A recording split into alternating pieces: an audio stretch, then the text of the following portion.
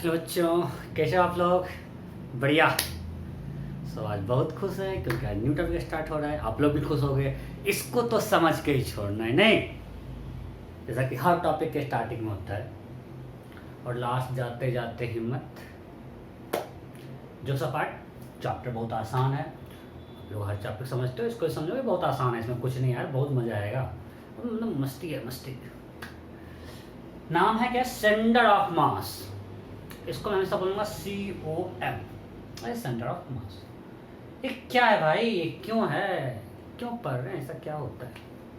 देखो, पहले भी बोलता हूँ, ऐसा कुछ एग्जिस्ट नहीं करता है कि कहीं पे सारा मास है। ऐसा कुछ है क्या कि अगर कोई सेंटर ऑफ मास, अगर हम मानते हैं कि लेते हैं सॉलिड स्फीयर, एक solid sphere uniformly distributed solid sphere, उसका हर जगह मास यूनिफॉर्म डिस्ट्रीब्यूशन है, और हम बोलते हैं कि इसका सेंटर ऑफ मास इसके ज्योमेट्रिक सेंटर पे है। ऐसा सॉलिड स्फीयर के लिए यूनिफॉर्म सॉलिड स्फीयर है, और हम बोलते हैं इसका centre of mass geometric centre पे। अब बताओ, जब यूनिफॉर्म डिस्ट्रीब्यूशन है तो इसका ज्योमेट्रिक सेंटर और सारे पॉइंट से कुछ अलग है क्या भाई? नहीं। ऐसा क्या अलग है? वहां भी वैसा ही मास डिस्ट्रीब्यूशन है जहां हर पॉइंट पे है। तो ऐसा तो कुछ नहीं कि सबसे अलग है, सारा मास तो नहीं, मास तो हर जगह है। फिर इसको क्यों बोलते हैं सेंटर ऑफ मास? अगर एक हम रिंग लेते हैं, यूनिफॉर्म रिंग,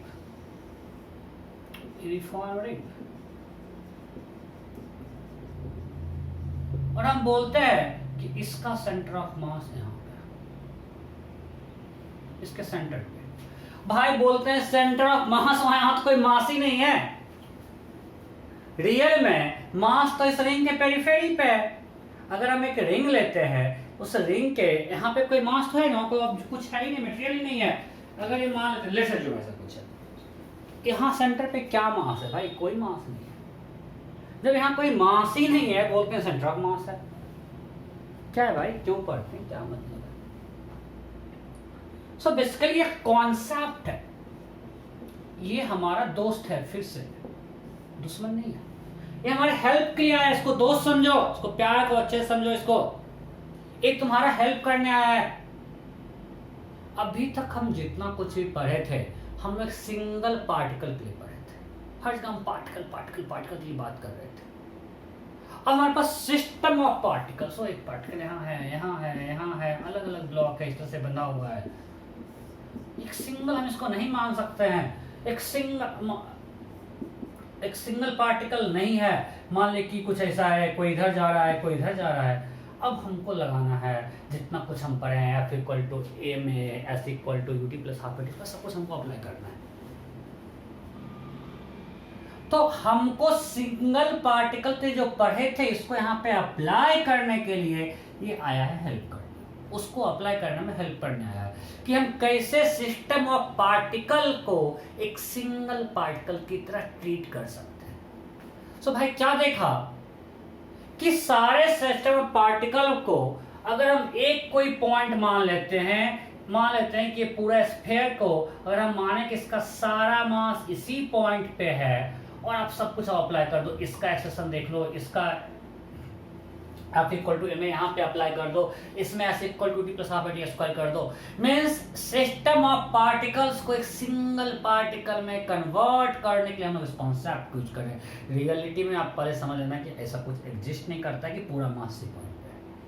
तो भाई है क्या centre of mass? Centre of मास में हम मानते हैं कि इस पूरे सिस्टम ऑफ पार्टिकल का मास कहाँ पे ले लें, एक पार्टिकल मान के, कि हम वहां पे जितना कुछ पढ़े पार्टिकल वाला सब कुछ अप्लाई कर पाए। Means it is used to convert system of particle into a single particle, right? So we use this concept.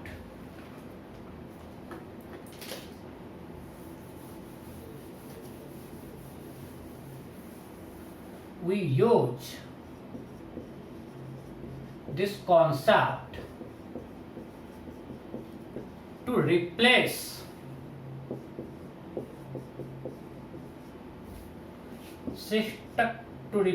system of particles by a single particle.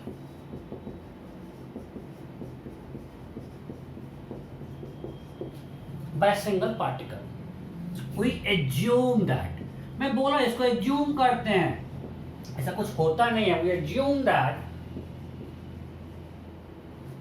whole mass of system of particle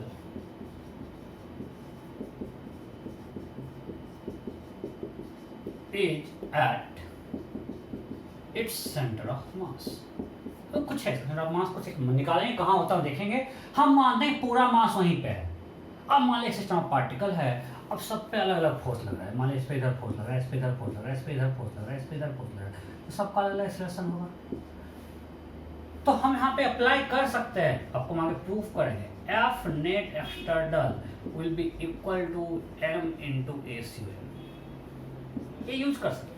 basically हमको इसी को use कर, हम सीओम ऐसा निकाल ले हम ये यूज कर पाए। और हम मान सकते हैं कि इस पूरे सिस्टम पार्टिकल का मास कहीं यहाँ पे है, और उस पे जो इस पूरे सिस्टम पे F1, F2, F3, F4 इस सारे फोर्स का जो नेट सम है, vector sum, that will be equal to mass of whole system into acceleration of the centre of mass. देखो इसका अलग एक्सेलरेशन है, इसका अलग एक्सेलरेशन है, इसका अलग एक्सेलरेशन, इसका अलग एक्सेलरेशन है।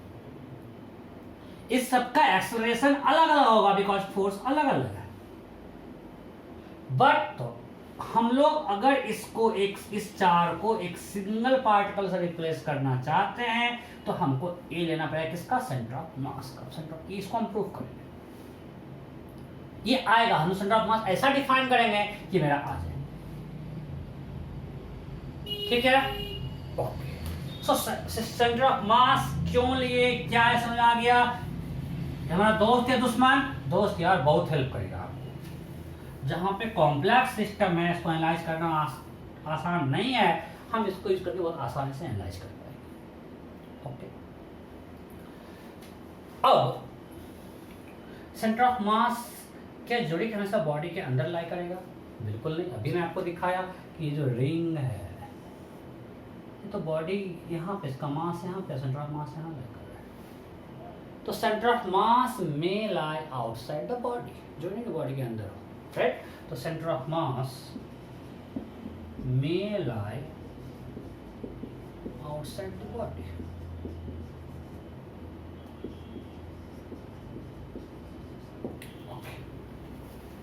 सब लोग लिख लिए हो गए, आगे बढ़ते हैं। तो सेंटर ऑफ मास क्या है, समझ, कैसे इसको निकालेंगे। अब हमारे पास एक सिस्टम ऑफ पार्टिकल दिया हुआ है। मान लिए हमारे पास कुछ n पार्टिकल्स के सिस्टम है। ये पार्टिकल 1 है, ये पार्टिकल 2 है, ये पार्टिकल 3 है, कुछ पार्टिकल 4 है। लेट्स अज्यूम अब 3 पार्टिकल्स। अब इसका पोजीशन वेक्टर ओरिजिन के रिस्पेक्ट में कुछ r1 पोजीशन वेक्टर, इसका मास है m1 and position vector is r1। इसका ओरिजिन के साथ पोजीशन वेक्टर क्या है? r1। इसका पोजीशन वेक्टर क्या है? r2। लेट्स और मास है m2। इसका ओरिजिन के साथ पोजीशन वेक्टर क्या है? r3 एंड मास है m3। ये ओरिजिन है। तो हम लोग लिखेंगे सेंटर ऑफ मास का पोजीशन वेक्टर हम डिफाइन किए हैं, RCOM equal to m1r1 plus m2r2 plus m3r3 divided by m1 plus m2 plus m3। Means position vector of centre of mass will be m1r1 plus m2r2 plus m3r3 by m1 plus m2 plus m3। इसको हम जानना करके लिखे हैं, we can write this.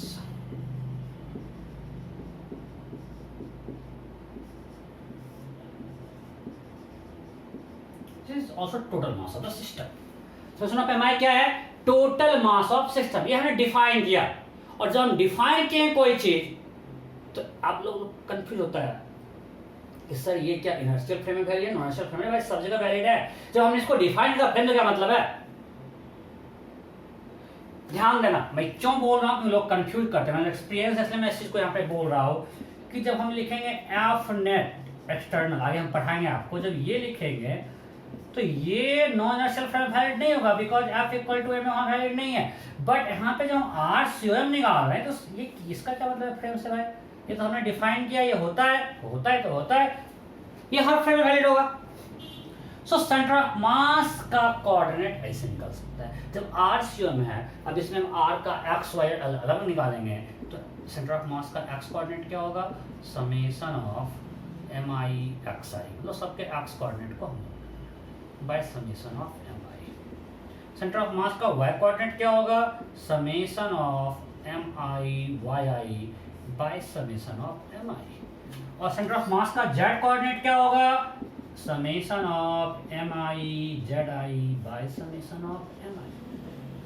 वो simple यहाँ निकल जाएगा यार, ये आर सी एम होगा X C M plus Y C M plus Z C M, R C M होगा X C M I cap plus Y C M J cap plus Z C M K cap, और यहाँ से निकलेगा X one I cap plus Y one J cap plus Z one K cap.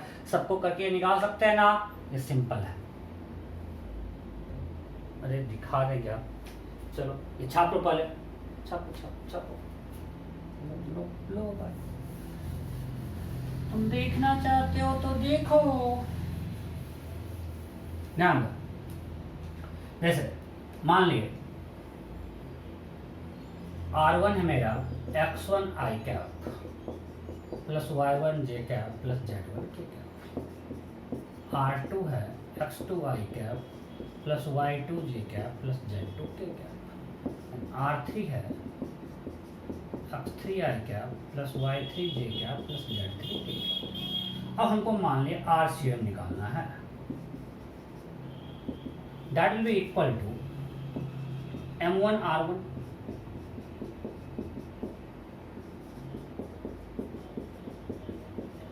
Plus M2 R2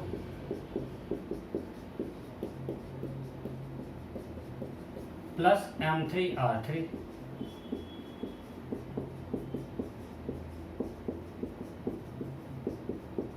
divided by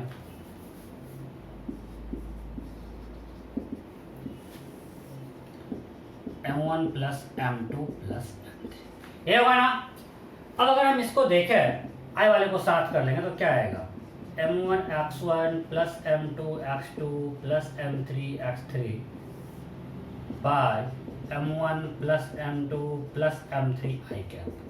अब इस तरह से आया, जे में भी आएगा, अब मैं नहीं करूँगा, अब लिख लेते हैं M I Y I this J cap plus M I Z I bye summation of M I।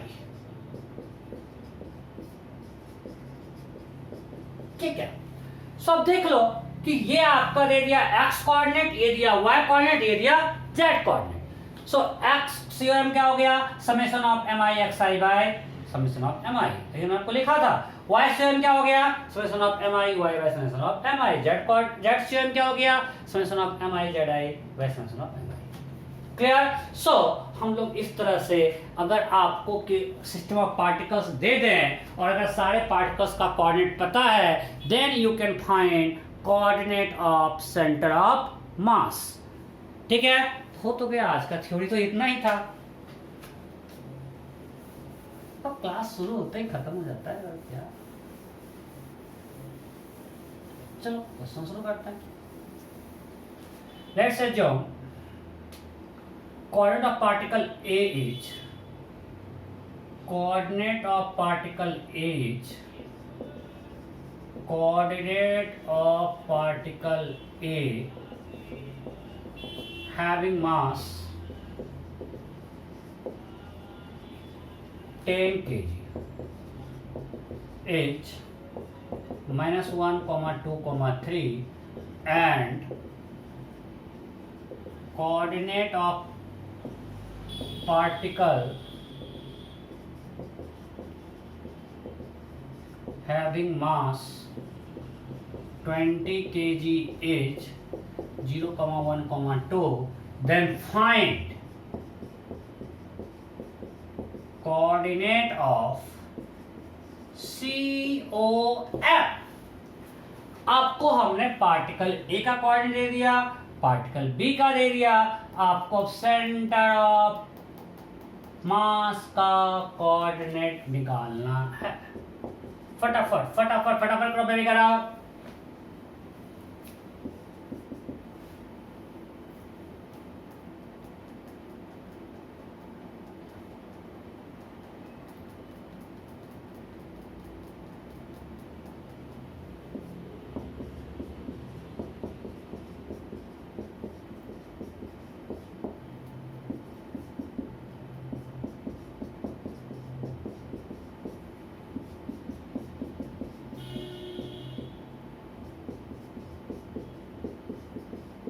you have to find coordinate of center of mass.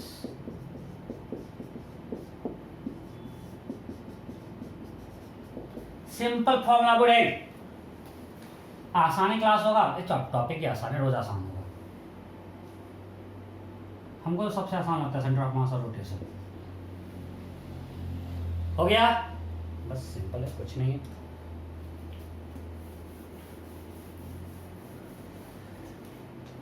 R1 क्या है?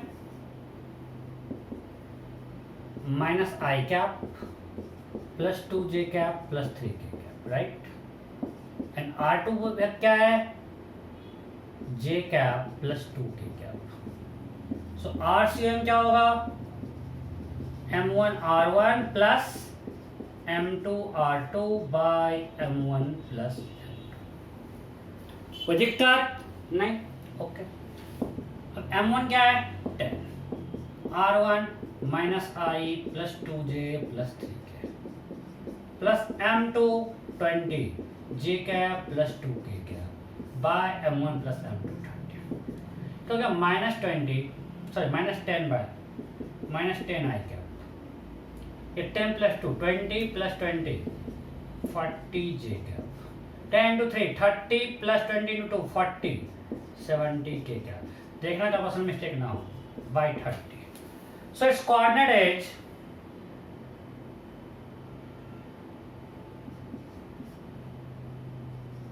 पूरा गोलमोल हो गया।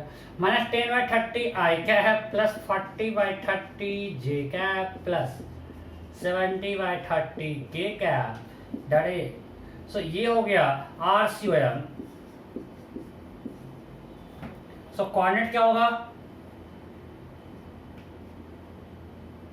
सेंटर ऑफ मास का कोऑर्डिनेट क्या होगा? Minus 1 by 3, 4 by 3, 7 by 3। Am I clear? कोई दिक्कत? ये सबको दिख रहा है? दिख तो रहा है, पूरा दिख रहा है। ओके, अब आगे बढ़े, चलो आगे बढ़ते हैं।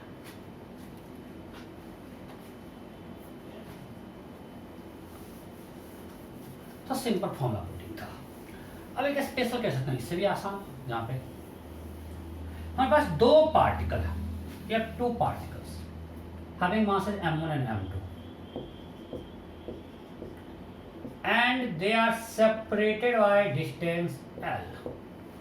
We have 2 particles having masses M1 and M2 and they are separated by distance L. Now you have to find its center of mass. Center of mass का डिस्टेंस M1 से क्या होगा, M2 से क्या होगा, हमको निकालना है। सिंपल तरीका, हम मानते हैं ये ओरिजिन है, लेट्स सच। इसका कोऑर्डिनेट क्या होगा? L, 0 वाले एक्स एक्सिस सही है, हमने सब कुछ डिफाइन कर दिया। ओके, तो अब यहाँ पे y कोऑर्डिनेट तो 0 ही है, हमको सिर्फ एक्सियम निकालना है, y और z तो 0 होगा। तो एक्सियम यहाँ पे क्या होगा बोलो? M1 into x1 plus M2 into x2 by M1 plus M2. It's a M2L by M1 plus M2. Right? Okay. इसका मतलब क्या हुआ कि ये मेरा ओरिजिन था, तो सेंटर ऑफ मास का डिस्टेंस इससे ये तो एक्सियम देगा, इसको मानते हैं कुछ x1, डिस्टेंस x1 है। So this x1 is M2L by M1 plus M2 because ये ओरिजिन हमने माना हुआ है। So उसका M2 से क्या डिस्टेंस होगा? मानते हैं कुछ x2 है। So x2 इक्वल टू क्या होगा बोलो? L minus x1।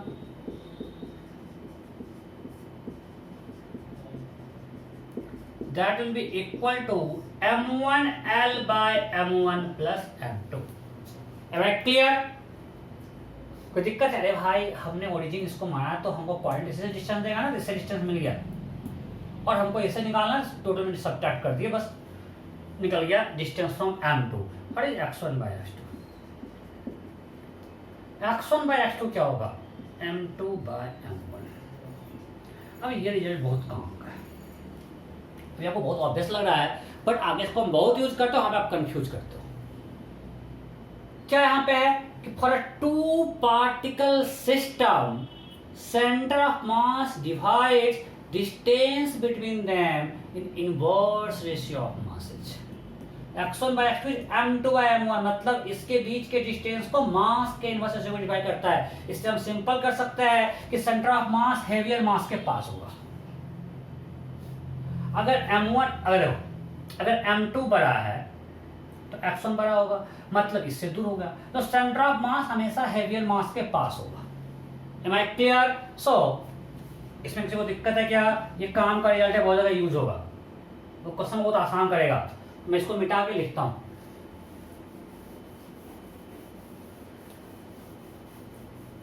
For a two particle system,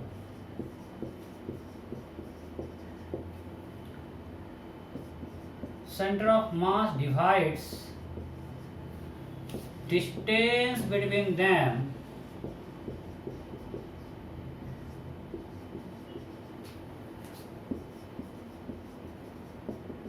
and in the inverse ratio of masses.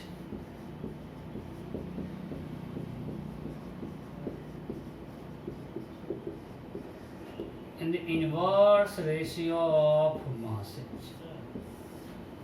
अगर हमारे पास दो पार्टिकल सिस्टम है तो उसका जो सेंटर ऑफ मास होगा वो उसके बीच के डिस्टेंस को मास के इनवर्स रेशियो में डिवाइड करता है। Means that is center of mass will be nearer to heavier mass। हम तो डायरेक्ट यही ध्यान रखते हैं कि heavier के पास होगा। एक सिंपल एग्जांपल लेते हैं कि हमारे पास दो पार्टिकल है। लेट्स एज्यूम ये 20 kg है और ये 10 kg है, ठीक है। अब इसके बीच का डिस्टेंस हम मानते हैं 6 मीटर है। System of two particles having mass 20 kg and 10 kg and distance between them is 6 मीटर। अब मान लिए हमको सेंटर ऑफ मास कहाँ होगा, सेंटर ऑफ मास कहाँ होगा, हमको पता है centre of mass inverse ratio of mass में, सेंटर ऑफ मास इसके बीच के डिस्टेंस को इनवर्स रेशियो ऑफ मास में डिवाइड करेगा। तो इससे अगर डिस्टेंस हम मान लेते हैं कहीं कुछ x1 है और इससे मान डिस्टेंस x2 है, तो x1 by x2 क्या होगा 10 by 20। हमेशा क्रॉस चेक कर लो दिमाग में कि x1 को छोटा होना है, हेवियर मास के पास होगा, तो 10 by 20 20 by 10 मत कर देना इसको, क्योंकि सेंटर ऑफ मास हेवियर मास के पास होगा। अगर x1 by x2 1 by 2 है, मतलब 6 को 2 में डिवाइड करना है, तो x1 क्या होगा 2 मीटर और x2 होगा 4 मीटर। इतना आपको आता है मैथ्स, 6 को 2 में डिवाइड करने आता है बाबू। मान लिए इक्वल टू 2 में है, means x1 equal to x, x2 equal to 2x, so x1 plus x2 equal to 6, so x plus 2x equal to 6, 3x equal to 6, x equal to 2। मजा आ गया। so x1 हो गया 2 metre, x2 हो गया 4 metre. तो centre of mass 20 kg से 2 metre distance पे होगा, 10 kg से 4 मीटर के डिस्टेंस पे होगा। बहुत बोल रहा है, कोई दिक्कत नहीं, तो आगे बढ़ते हैं।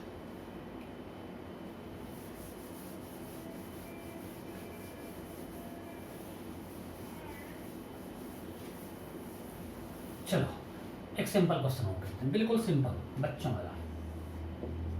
मैं तो सिंपल ही करता ही। मान लें कि ये 20 kg है और ये 15 kg है, ठीक है।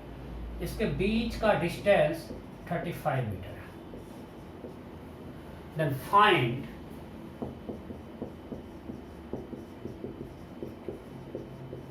Distance of center of mass from 15 kg। Option A 20 meter, option B 15 meter, option C 17.5 मीटर, option D metre. Centre of mass का डिस्टेंस 15 kg से कितना होगा? हो गया सर, मारिए बताने में, बता देते हैं, हाल से तो हम लाचार है। हम मान लिया सेंटर ऑफ मास कहीं यहाँ है, ऐसे अकल लगा करेंगे तो इससे हमको पता है कि इसके पास होगा।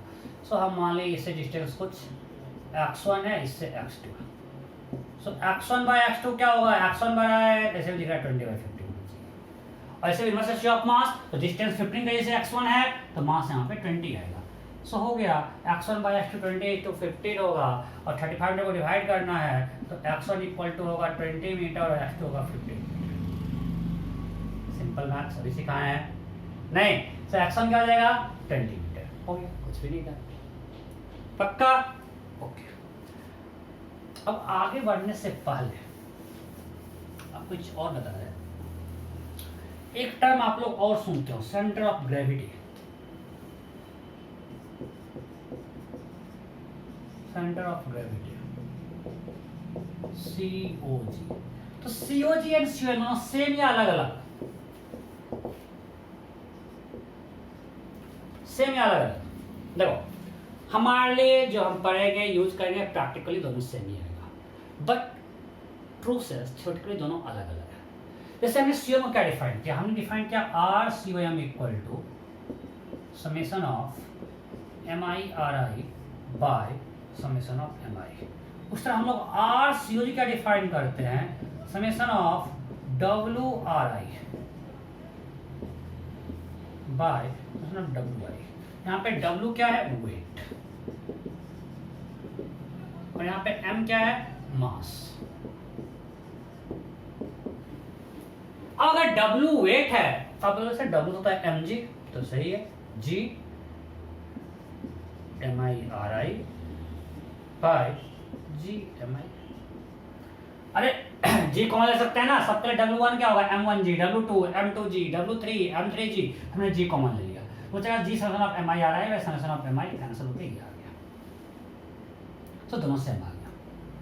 तो बोले सर आप अलग क्यों होगा, अरे अलग तब होगा जब हर पॉइंट हर सारे पार्टिकल के लिए G का वैल्यू सेम नहीं है। मान लीजिए हम लेते हैं माउंट एवरेस्ट या एफिल टावर, कोई बहुत बड़ा हाइट बहुत ज्यादा है, तो अब उसमें ये पार्टिकल है, ये पार्टिकल है, ये पार्टिकल है, ये पार्टिकल है, हर पार्टिकल में G का वैल्यू सेम ले सकते हैं क्या, नहीं। इसके लिए होगा कुछ M1G1, W इसका वेट होगा M2G2, इसका वेट होगा M3G3, तो अब G कॉमन नहीं आएगा। तो जब बॉडी बहुत लार्ज हो जहां पे G का वेरिएशन पिक्चर में आ जाए तो उस केस में ये दोनों अलग अलग होगा। बट जितना हम लोग डील करते हैं अपने लाइफ में भाई, उसमें इतना क्या वेरिएशन है, हमारे लंबाई या किसी मान लिया हाथी एलिफेंट ले लें, उसकी लंबाई उतना का लंबाई कि G अलग होगा उसके हर पॉइंट पे। तो हम लोग डेली लाइफ में जो ऑब्जेक्ट यूज कर रहे हैं उसके हर पॉइंट पे हम G का वैल्यू सेम ले सकते हैं, और जब हर पॉइंट पे G का वैल्यू सेम है तो G कॉमन लिए तो हमारे लिए दोनों सेम आ गए। बट एज पर डिफिनेशन दोनों डिफरेंट है, अगर G सेम हर पॉइंट पे है तभी COM और COG दोनों सेम पॉइंट होगा। ओके, आगे बढ़ते हैं।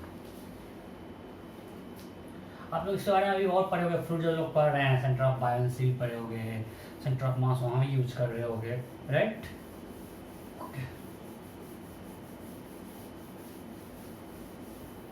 अब आगे बढ़ते हैं। सो हमने टू पार्टिकल सिस्टम का सेंटर ऑफ मास कैलकुलेट कर लिया, कैसे निकालना है समझ गया। अब मान लिया थ्री पार्टिकल सिस्टम है, let's assume have three particles. Three particles, एक सिंपल सिस्टम लेते हैं, मानते हैं ट्रायंगल इक्विलेटरल है, अपसाइड ए,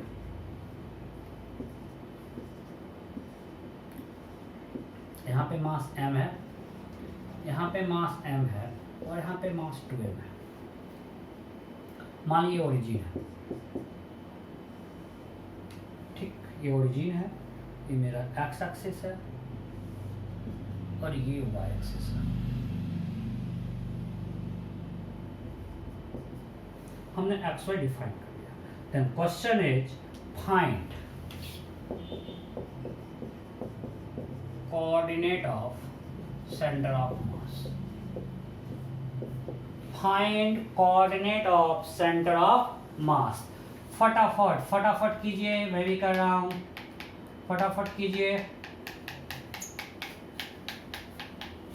ऑप्शन ए,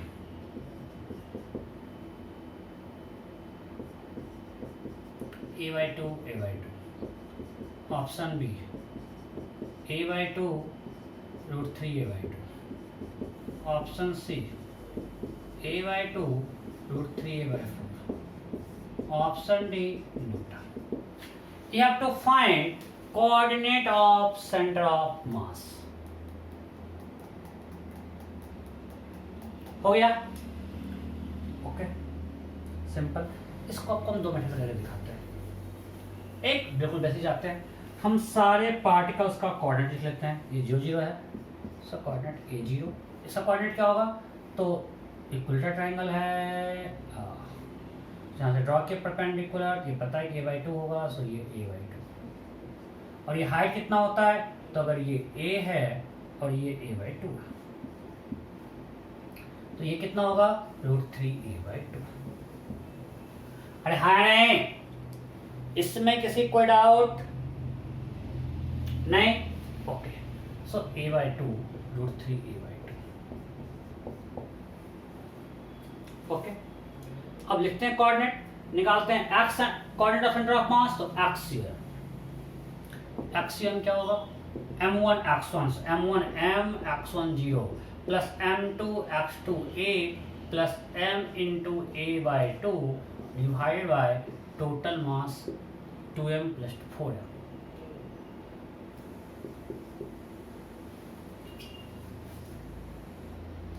ये ना?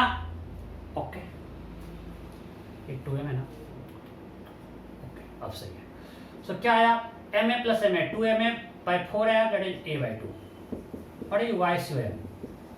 m into 0 plus m into 0 plus 2m into √3A/2 divided by total mass 4m, so that is √3A/4। so what is coordinate? that coordinate तो 0 है क्योंकि एक्स वाई प्लेन बॉडी है। तो jet इसका centre of mass का coordinate क्या निकल गया? सेंटर ऑफ मास यहाँ कहीं होगा, मान लिए इट्स A/2 कोमा √3A/4। कोई दिक्कत? अब बताओ, इसको हम एक और तरीका से कर सकते हैं क्या? 2 पार्टिकल सिस्टम में कोई जो है आसानी से कुछ हो सकता है क्या? फटाफट सब लोगों को छापेंगे और हटा हुआ हूं मैं। देखो समझो, अगर हमको पता है कि दोनों का मास सेम है, ये पता है जो हम बता रहे हैं सेकंड मेथड कब यूज होता है? जब आपको कुछ सिमेट्रिक कुछ दिख जाए, 2 पार्टिकल में कन्वर्ट कर सकते हैं। ये m और m इक्वल है तो इसका सेंटर ऑफ मास के बीच में होगा। तो इस 2 पार्टिकल को हमने पहले सिंगल पार्टिकल में, हम दो का पेयर ले रहे हैं, हम पहले इस दोनों सेंटर ऑफ मास निकाल लिए, इसके बिल्कुल बीच में होगा यहाँ पे, और इसका मास क्या हो गया? 2m, because m 2। तो हमने अब इस दोनों को एक सिंगल पार्टिकल में कन्वर्ट कर दिया, इसका मास 2m है और वो इसके सेंटर पे है क्योंकि इसका सेंटर ऑफ मास यहाँ पे है। अब हमारे पास फिर से 2 पार्टिकल बचा, ये 2m और 2m।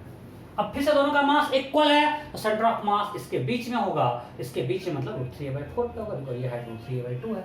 तो हम ओरल कर सकते हैं बिना ऐसा कुछ किए। मैं फिर से बोला मैंने क्या किया, ये आपको तभी लेकिन आसान नहीं पड़ेगा जब कुछ सिमेट्री है, कि मतलब ये दोनों सेम लाइन पे, अगर मान लें कि यहाँ m और 2m होता, सेंटर ऑफ मास इस पे नहीं होता, कुछ यहाँ होता, फिर परेशानी होती भाई। ये और इसका centre of mass same line पे तो आसानी से कर पाए, जहां सिमेट्री है वहां पे इसको यूज करना। अदरवाइज बेसिक आपको हम बता ही चुके हैं कि हम क्या कर रहे हैं, पहले दो का पेयर ले रहे हैं, ये m और m है, तो इसका सेंटर ऑफ मास कहां होगा? इसके बीच में। मास इक्वल है, centre of mass mid point पे होगा, टोटल मास क्या होगा? ऐड कर दिए 2m। तो अब हमने इस दो जो ये हमारे पास m और m मास था, इसको हमने एक सिंगल पार्टिकल में कन्वर्ट कर, इसका मास 2m है और यहाँ पे लाई करता है। सो इस दोनों को हमने इससे रिप्लेस कर दिया और यहाँ पे एक 2m तो है ही। तो अब इसके बीच का डिस्टेंस है √3A/2, इसका सेंटर ऑफ मास इसके मिड पॉइंट पे होगा, तो सेंटर ऑफ मास यहाँ पे होगा। तो x कोऑर्डिनेट हमने पहले निकाल लिया कि ये है A/2 और y कोऑर्डिनेट इसका डिस्टेंस h जो है उसका हाफ √3A/4। इसे ओरल कर सकते हैं।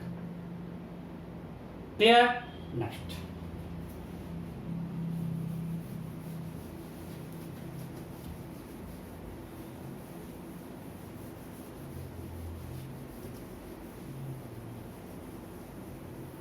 ओके,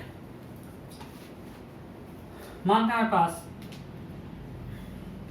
4 पार्टिकल सिस्टम है।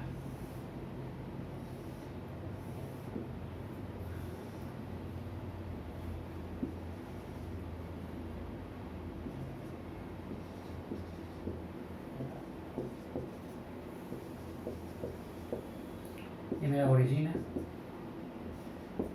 ये एक्स एक्सिस है और ये वाई एक्सिस है। सबका साइड ए स्क्वायर है जिसका साइड ए है।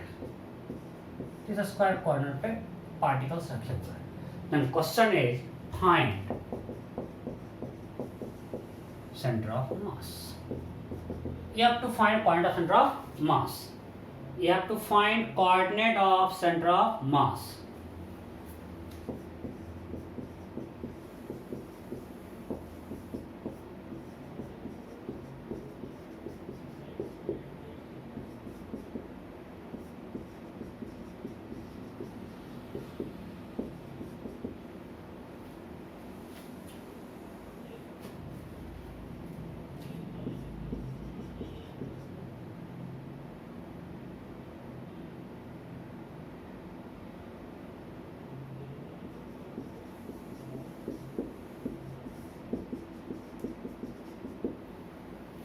ये क्वेश्चन है।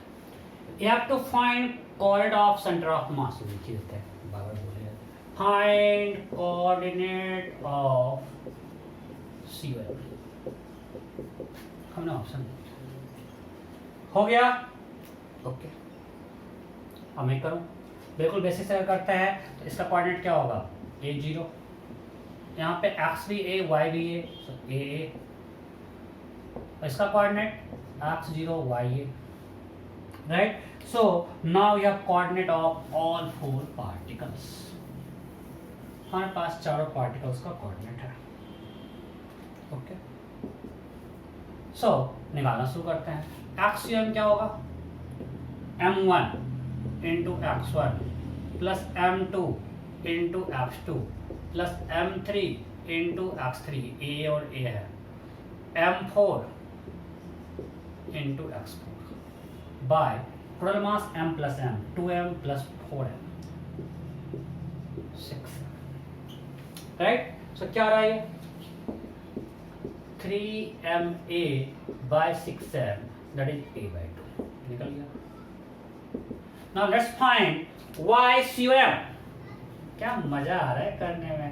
m1 y1, m2 y2, m3 y3, m4 y4 by total mass 4ma by 6m, that is 2a by 3। निकल गया। सो सेंटर ऑफ मास कहीं यहाँ होगा। ये मैंने बेसिक से किया। अब ये फिर से देखें, सिमेट्री है भाई। इसका सेंटर ऑफ मास इसके मिड पे होगा, इसका सेंटर ऑफ मास इसके मिड पे होगा। इसको हम शॉर्ट से भी कर सकते हैं कि इस पहले हमने इस दोनों को रिप्लेस किया एक सिंगल पार्टिकल से, बिल्कुल सेंटर पे इसके बीच में, और यहाँ पे मास हो गया 2m। इन दोनों को रिप्लेस किया फिर से बीच में और मास हो गया 4m। अब हमारे पास दो पार्टिकल है जिसका मास है 2m एंड 4m और इसके बीच का डिस्टेंस है a। तो सेंटर ऑफ मास इसके बीच के डिस्टेंस को इनवर्स रेशियो ऑफ मास में डिवाइड करेगा। सो डिस्टेंस होगा 2:1। सो हम a को 2:1 में बांट लेंगे, तो ये होगा 2a by 3 a by 3। तो ओरल कर सकते हैं। ठीक है, आगे बढ़ते हैं।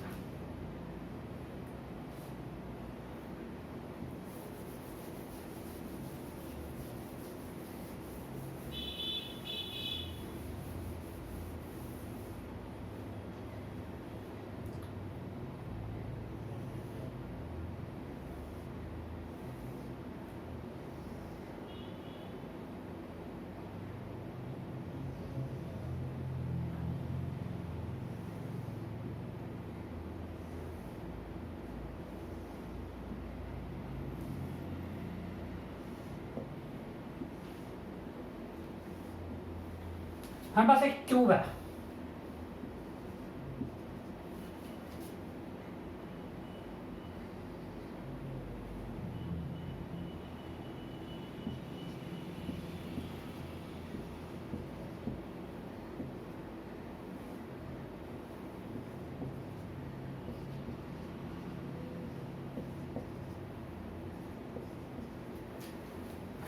तो यहाँ मास है m और ऊपर मास है 2m। मानते हैं ओरिजिन है, ये ओरिजिन है। ठीक है। देन क्यू का साइड ए है, ये हम मानते हैं मेरा एक्स है, ये वाई है और ये जेड है, ठीक है, एक्स वाई एंड जेड।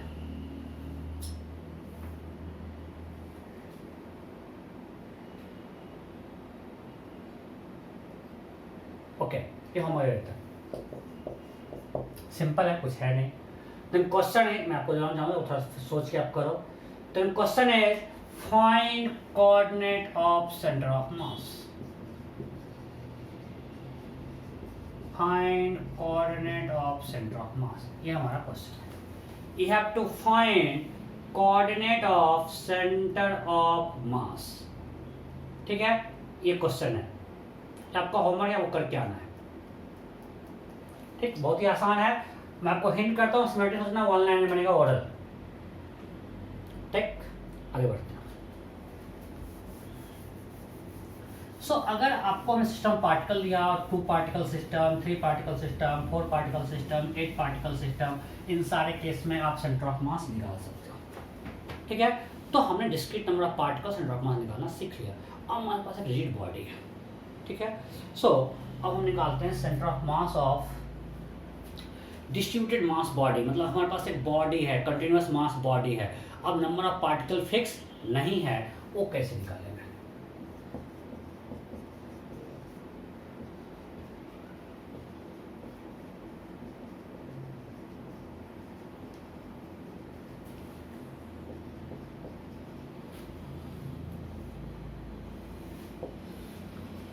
हमारे पास अब बॉडी ऐसे हर जगह मास फैला हुआ है।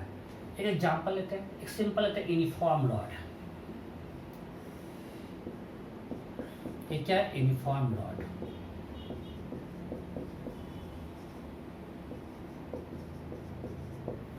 अब हमको इस यूनिफॉर्म रॉड का सेंटर ऑफ मास निकालना है, ठीक है।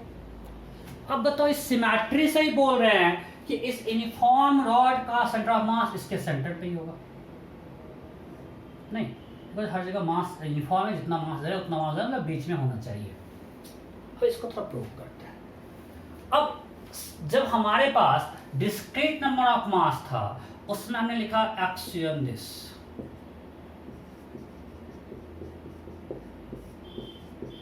समझो, यहाँ पे x क्या था, उसका x कोऑर्डिनेट और m उसका मास था। अब यहाँ पे ऐसा ऐसा बहुत सारा पार्टिकल है, इनफाइनाइट पार्टिकल है, तो अब हम मानते हैं सबका मास कुछ dm dm dm dm छोटे छोटे पार्टिकल है, उसका मास dm है और उसका x कोऑर्डिनेट xi है। तो यहाँ पे इसके लिए लिखेंगे तो x will be integration of x dm bye integration of dm total mass, जो लिखना है लिख लो, इंटीग्रेशन ऑफ dm या टोटल मास जो भी लिखो, m लिख लो, टोटल मास, राइट। y क्या होगा? Integration of y dm bye total मास, और z क्या होगा? Integration of z dm bye total मास।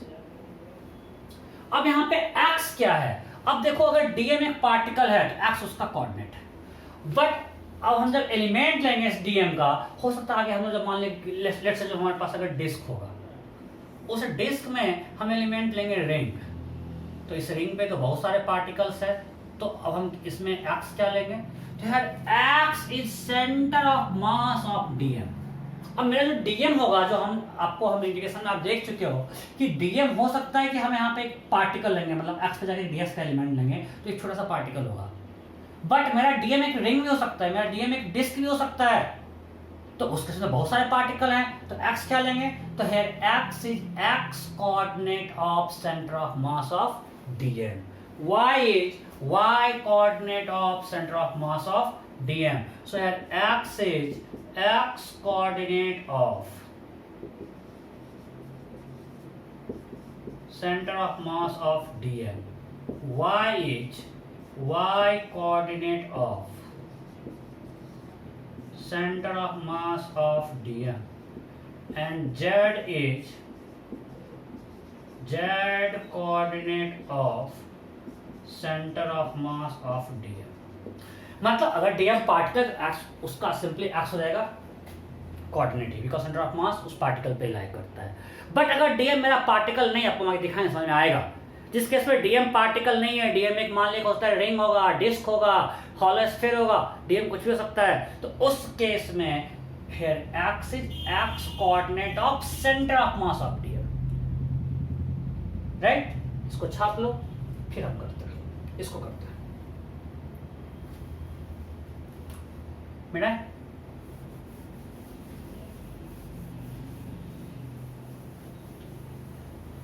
अब हमको मान लें कि इसका निकालना है, हम मान लें ये ओरिजिन है, तो रॉड है जो सिर्फ एक डायमेंशन में है, हम मानते हैं सिंगल डायमेंशन में थिन रॉड है। अब हमको इसका सेंटर ऑफ मास निकालना है, टोटल मास इसका L है, टोटल लेंथ क्या है L और मास M है, यूनिफॉर्म रॉड है ऑफ मास M, इसे मास लॉस पड़ेगा नहीं, कट जाएगा, L लेंथ L, ये आपको दिया। अब यहाँ पे बहुत सारे पार्टिकल है, हमको निकालना है x हमको ये यूज करना है बाय टोटल मास, राइट? अब इसमें डीएम क्या लेंगे, तो रॉड में सिंपल याद रखो x पे जाके dx लेंगे। रॉड में एकदम ये याद रख लो कि रॉड में एलिमेंट लेंगे, हर जगह काम होगा, हमेशा में काम आएगा x पे जाके dx। रिंग में क्या लेंगे, थीटा पे जाके d थीटा का एलिमेंट। डिस्क में क्या लेंगे, r पे जाके dr का रिंग।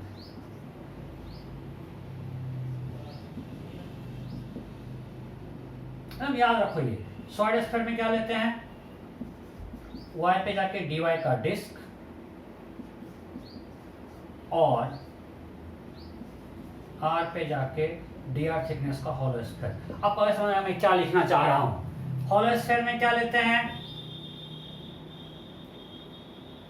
थीटा पे जाके d थीटा का रिंग, एकदम फिक्स है। हमको इंटीग्रेशन में यही करना पड़ेगा, जब एलिमेंट लेंगे, जब स्मॉल एलिमेंट लेंगे, सॉल्व करने के लिए, आसान करने के लिए, जब भी रॉड है एक सिंगल लाइन में है तो हमको x पे जाके dx का एक एलिमेंट लेना पड़ेगा। x में तो x पे जाएंगे, y में तो y पे जाएंगे, एक सिंगल पार्टिकल। रिंग में हमेशा हमको जब सॉल्व करना है थीटा पे जाके d का एलिमेंट लेना है। डिस्क में हमको r पे जाके dr का रिंग लेना पड़ेगा, क्योंकि डिस्क बहुत सारे रिंग का समेशन है, राइट? सॉलिड स्फीयर में बहुत सारा डिस्क है, हम y पे जाके dy का डिस्क लेंगे, बहुत सारा हॉलो स्फीयर से बना हुआ है, और हॉलो स्फीयर में बहुत सारा रिंग है, ये रिंग है, ये रिंग है, बहुत सारा रिंग है। हॉलो स्फीयर हॉलो है, हॉलो स्फीयर में तो मास सिर्फ सरफेस पे है, तो बहुत सारा रिंग है, राइट? तो यही एलिमेंट हमेशा लेते हैं, फिक्स है भाई, इसको बस याद कर दो कैसा होता है, आपको बहुत आसान लगेगा, लिख लेना, ओके। सो रॉड है तो x पे जाके dx का एलिमेंट लेते हैं, हमको पता है, याद है क्या सोचना है इसमें, x पे गए और एक एलिमेंट ले लिया dx का, ओके। तो इसका dm क्या होगा, इस dx का मास, स्मॉल सिस्टम का मास क्या होगा, तो टोटल मास m है, लेंथ l है, सो मास पर यूनिट लेंथ क्या होगा, मास पर unit length is m by l। L length का मास m है, सो मास पर लेंथ है m by l, सो उस स्मॉल dx का मास होगा dm, दैट इज मास पर unit length into length of small section. हमको ये dm निकालना है, इस dx वाले पार्ट का मास निकालना है, तो हमने क्या किया, पहले निकाल चुके, यूनिफॉर्म रॉड है तो मास पर यूनिट लेंथ निकाल लिया और उसको इसके लेंथ से मल्टीप्लाई कर दिया, हमको इसका मास मिलेगा, dm मिल गया। इसको यहाँ पे पुट कर देते हैं, अब तो कुछ बचा ही नहीं, सिंपल इंटीग्रेशन है, m by l कांस्टेंट है, बाहर आ गया, बचा integration of x dx, okay. तो एक एलिमेंट में लिमिट डालना भी इंपॉर्टेंट है। अब बताओ हमको ऐसा ऐसा कितने सारे रॉड्स का मास ऐड करना है, ये हमको इस सारे का मतलब समेशन एम आई एक्स में पार्टिकल होता है, यहाँ यहाँ यहाँ यहाँ यहाँ यहाँ, मीन्स हमको यहाँ से यहाँ तक का हर पार्टिकल लेना है। सो इस पॉइंट से लेकर ए से बी तक के हर डीएम को लेना है, इसके लिए एक्स क्या है 0, और यहाँ पे एक्स का वैल्यू क्या है, यहाँ से यहाँ जो डिस्टेंस है एल, तो एक्स कहाँ से कहाँ होगा 0 to l, so m got cancelled, बचा क्या 1 by l integration of X D X X square by two, so वहाँ से लिमिट रखने एल स्क्वायर बाई टू आ गया, देखो एल बाई टू आ गया, मतलब यहाँ से एल बाई टू डिस्टेंस पे सेंटर ऑफ मास है तो मिड पॉइंट पे है। ये तो हम देख कर सिमेट्री से बोल दिए, उसी में आपको निकाल के दिखाया कि सेंटर ऑफ मास कहाँ पे है, बिल्कुल रॉड के मिड पॉइंट पे। क्लियर? ओके, आगे बढ़ते हैं।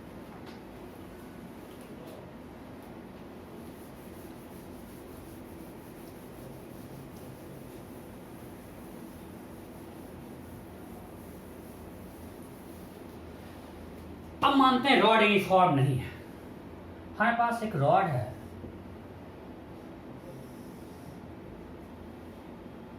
जिसका लेंथ है L,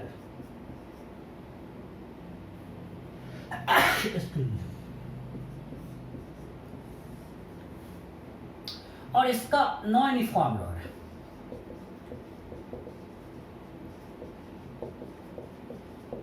Its mass per unit length is lambda naught x, where lambda naught is constant and x is distance of point from point A।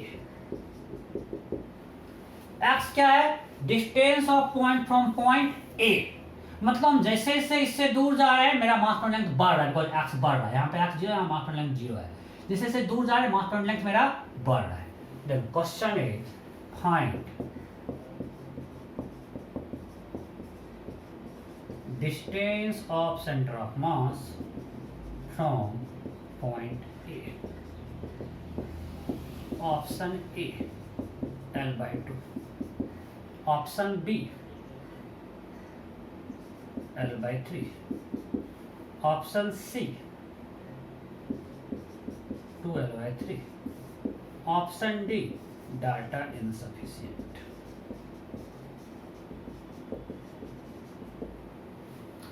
You have to find distance of center of mass from point A. We have a non-uniform rod. मैं जैसे उधर rod मोटा हो गया, मतलब उस rod का मास बढ़ गया है, तो ज़्यादा मास है, राइट, हैवियर हो जा रहा है। So you have to find distance of centre of mass from point A. इस पॉइंट से सेंटर ऑफ मास कितने दूर पे है? फटाफट फटाफट हो गया।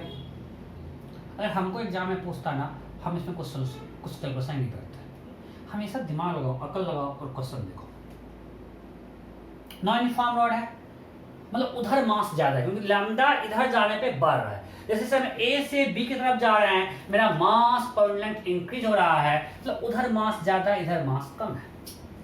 बी की तरफ मास ज्यादा है, तो सेंटर ऑफ मास हेवियर मास के पास होता है, तो सेंटर ऑफ मास बिल्कुल बीच में नहीं होगा। जब दोनों तरफ मास इक्वल होता है, बीच में होता है। अगर दोनों तरफ मास इक्वल होता तो centre of mass mid point पे होता है। अब जब मास उधर ज्यादा है, मतलब सेंटर ऑफ मास इस हाफ के कहीं इधर होगा, मतलब L/2 से बड़ा डिस्टेंस होगा, तो हमारे पास ऑप्शन एक ही है। अब डाटा इनसफिशिएंट, जब एक रॉड दिया हुआ है, हमको उसका मास पर लेंथ दिया हुआ है, तो हम तो निकाल, अभी हम जब कैलकुलेशन किए हमको सिर्फ मास पर लेंथ निकालना था n/l, वो जब दे दिया है तो निकाल तो सकते हैं। चलो अब निकालते हैं। ये तो मैं ऑप्शन छांट के कर दिया कि L/2 से बड़ा एक ही ऑप्शन है, दो ऑप्शन का क्या कर रहे थे, सॉल्व करते हैं। चलो एक्सियल, एक्सियल मान ली रॉड है, ये ओरिजिनल मान लेते हैं, तो एक्सियल क्या होगा? बाय टोटल मास। ओके, अब फिर से हमको रॉड है तो एक्स पे जाके डीएक्स लेना है। अब याद कर लिए हम, तो एक्स पे जाके डीएक्स ले लिए भाई, कोई दिक्कत नहीं है, ले लिए। अब तो डीएम निकालना बहुत आसान है, क्योंकि हमको मास पर लेंथ तो दिया हुआ ही है। सो मेरा डीएम जो होगा ये होगा लैम्डा नॉट एक्स डीएक्स। रख देते हैं integration of x lambda naught x dx. Okay भाई, टोटल मास ही तो नहीं दिया है, तो ये भी निकालना पड़ेगा, क्योंकि हमको लैम्डा नॉट को तो हटाना है, क्योंकि आंसर में कहीं भी लैम्डा नॉट नहीं है ऑप्शन पे। तो टोटल मास तो निकाल सकते हैं, इंटीग्रेशन ऑफ डीएम है, आपको हम बताए थे कि x DM by integration of DM भी लिख सकते हैं, ये भी आपको हम लिखे थे ना। axiom is also this. ठीक है, total mass integration of TM, सारे मास का समेशन, इंटीग्रेशन नथिंग समेशन. सो इसको कट कर देना, मजा आ जाएगा. लैम्डा नॉट एक्स कैंसल, बचा क्या सिर्फ एक्स डीएक्स. ओह क्या बात है, पिटाई खा जाओगे. एक्स कहां से कहां तक हमको जाना है, ए से लेकर बी तक, अभी समझाए थे. Okay, so lambda naught constant है, इसको बाहर ले लिए, बचा क्या, x square dx divided by this.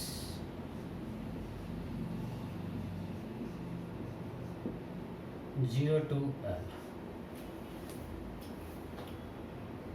हो गया. ओके, ये कैंसल. अब इसका निशान क्या होगा, x cube by 3, so L cube by 3 divided by L square by 2. Integration of x square dx is x cube by 3, so ये एल क्यू बाय 3, लिमिट हमने डाल दिया एल से 0, तो L cube by 3. Integration of x dx is L square by 2, so क्या हो गया बोलो, यहाँ से आ गया x CM equal to L cube by 3 into 2 by L square, फिर से 2l बाय 3 आ गया. इसी से डिस्टेंस तो था, तो आंसर क्या आ गया, 2l बाय 3. कोई दिक्कत, टाइम बचा हुआ है क्या, है भी टाइम, आगे बढ़ता है. नेक्स्ट,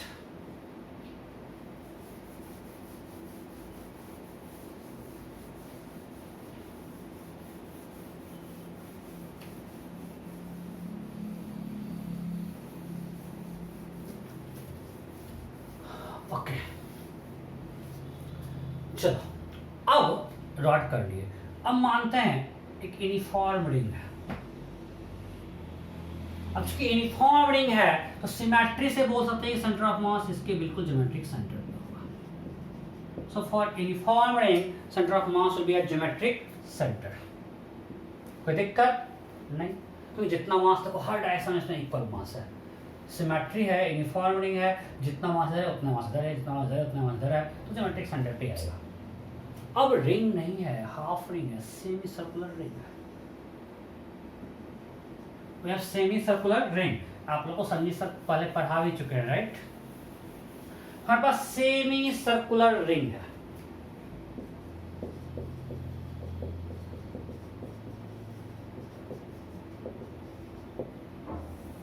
यूनिफॉर्म,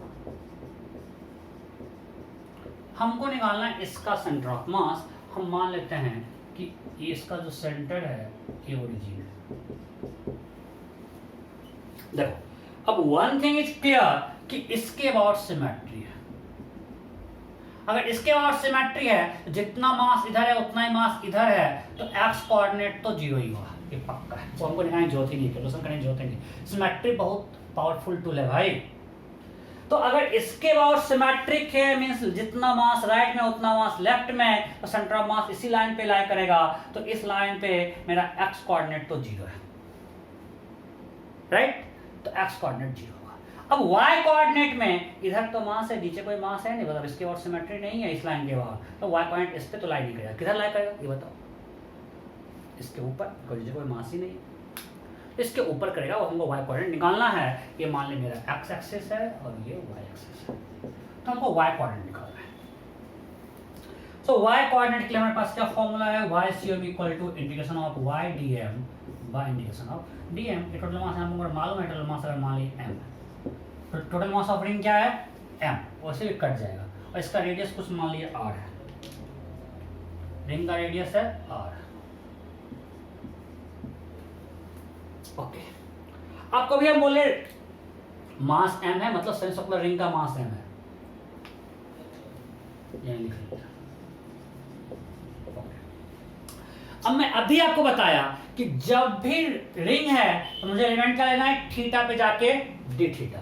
तो हम इस लाइन से थीटा एंगल पे जाके एक एलिमेंट लेते हैं of small angle D theta. ये हमारा डी है, ये भी आपको हम सिखाएं, हम याद रखना सब चीज कि हमको थीटा पे जाकर डी थीटा का एक एलिमेंट लेना है. ओके, अब डीएम क्या होगा, अब टोटल एंगल पाई का मास m है, तो dm जब यूनिफॉर्म है तो मास पर यूनिट एंगल है m बाई पाई, तो थीटा क्या होगा दिस। देखो हमने थीटा लिया रेडियन में, थीटा में किसमें लिया है रेडियन में, रेडियन में बात कर रहे थे। टोटल एंगल क्या है पाई रेडियन। या तो आप ये करो या एक और चीज कर सकते हो, इस पूरे रिंग का लेंथ क्या है पाई आर, तो मास पर यूनिट लेंथ क्या हो गया मास पर यूनिट लेंथ, बिल्कुल सेम थिंग है दोनों चीज, that will be m by pi R. इसका पेरिफेरी है पाई आर और इसका मास है m, तो लेंथ है पाई आर, मास है m, सो मास पर unit length is m by pi R. Okay, जब ये निकल गया m बाई पाई आर, तो इस dm का लेंथ क्या है r d थीटा। आपको पता है कि आपको हम सर्कुलर में पता चुके हैं theta equal to dl by r होता है, अगर थीटा रेडियन में हो तो dl इक्वल टू क्या होगा r d थीटा। क्या आपको पता है सर्कुलर मोशन में, right, theta equal to l by r, फिर थीटा इज इन रेडियन, तो dl निकल गया r d थीटा, तो dm क्या होगा मास पर unit length into length, that is m by pi d theta, तो dm तो निकल गया m by pi d theta. Okay, अब y है यहाँ पे, y coordinate of centre of mass of dm, तो dm तो एक पार्टिकल है, ये थोड़ा सा सेक्शन हमने लिया है। अगर ये पार्टिकल है तो यहाँ पे y सेंटर ऑफ मास इस पार्टिकल पे लाई करेगा, तो पार्टिकल का सेंटर ऑफ मास पार्टिकल पे ही होगा, तो यहाँ पे y होगा इसका y कोऑर्डिनेट। इसका y कोऑर्डिनेट क्या है ये डिस्टेंस, इसका y कोऑर्डिनेट होगा ये डिस्टेंस, दिस इज y। सो अगर ये r है ये थीटा है, यहाँ पे y क्या होगा r sin, sin theta equal to क्या होगा y by r, sin theta equal to y by r, so here y is r sin theta। यहाँ पे y क्या है r sin theta, लिख लेते हैं direction of y is r sin theta। dm मेरा क्या है m by pi d theta by total mass. अब लिमिट डालना है, थीटा कहां से कहां तक, हमको किस सारे मास का लेना है, पार्टिकल कौन कौन है, ये पार्टिकल ये करते यहां तक आना है। सो यहां पे थीटा क्या है 0, जब हम वो पार्टिकल लिए उस समय थीटा क्या है 0, बिकॉज अगर इस ये पार्टिकल लेंगे इसको सेंटर से मिला दिए, इसका एक्स एक्सिस से क्या एंगल है 0, जब ये पार्टिकल ये एंगल थीटा, जब ये पार्टिकल लेंगे तो एंगल एक्स एक्सिस से पाई बाई 2, यहां तक हमको पहुंचना है, यहां से हमको ए से लेकर बी तक आना है। जब बी पे आएंगे तो पार्टिकल को ऐसे में आए और सेंटर से, तो इसका एक्स एंगल क्या है पाई 180, सो रेडियन में पाई। सो लिमिट मेरा कहां से कहां तक है थीटा का 0 से पाई। क्लियर, मैं फिर से बता रहा हूं, हमको आपको बता रहा हूं कि आपको सब में दिक्कत होता है, 11th में दिक्कत होते रहता है, हमको ए से बी तक जाना है। तो जब हमने ये पार्टिकल लिया इसको मिलाया सेंटर से, तो इसका एक्स एंगल कितना है 0 डिग्री, अगला गए तो एंगल थोड़ा बड़ा, जब यहाँ पे आए इसका एक्स एंगल 90 है पाई बाई 2 है, फिर इधर आए 90 थोड़ा बड़ा हुआ, जब अल्टीमेटली बी तक पहुंच गए इसका एक्स एंगल क्या हो गया 180 दैट इज पाई। सो अब इसको सॉल्व करते हैं, that will be equal to m r by pi, बाहर आ गया बिकॉज ये सब कांस्टेंट है, बचा क्या साइन थीटा डी थीटा और divide by m, so m got cancelled, बचा r by pi. Integration of sine theta क्या होता है minus cos theta, limit 0 to pi, so that is equal to r by pi, minus को बाहर लेते हैं, limit रखते हैं cos pi minus cos 0, cos pi क्या होता है -1, तो -1 -1 -2 माइनस प्लस, क्या हो गया 2r by pi, cos pi is -1, so -1 -1 -2 minus plus, तो हो गया 2r by pi. So y का इसका डिस्टेंस क्या हो गया 2r बाई पाई, y को 0 निकल जाएगा, सेंटर ऑफ मास यहाँ कहीं होगा एंड इस coordinate is 0, 2r by pi. Clear, कोई डाउट नहीं, ओके। सब टाइम भी हो रहा है, अब आपका एक होमवर्क,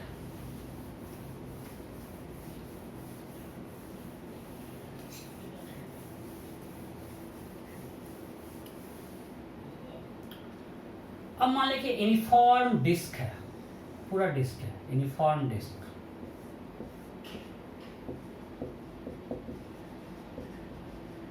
यूनिफॉर्म डिस्क, इसका सेंटर ऑफ मास कहाँ लाया करेगा? इसके सेंटर पे।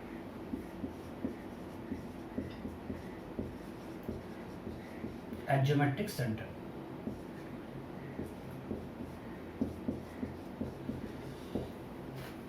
ओके, बट अगर मान लीजिए मेरे पास सेमी डिस्क है, हाफ डिस्क, हाफ डिस्क,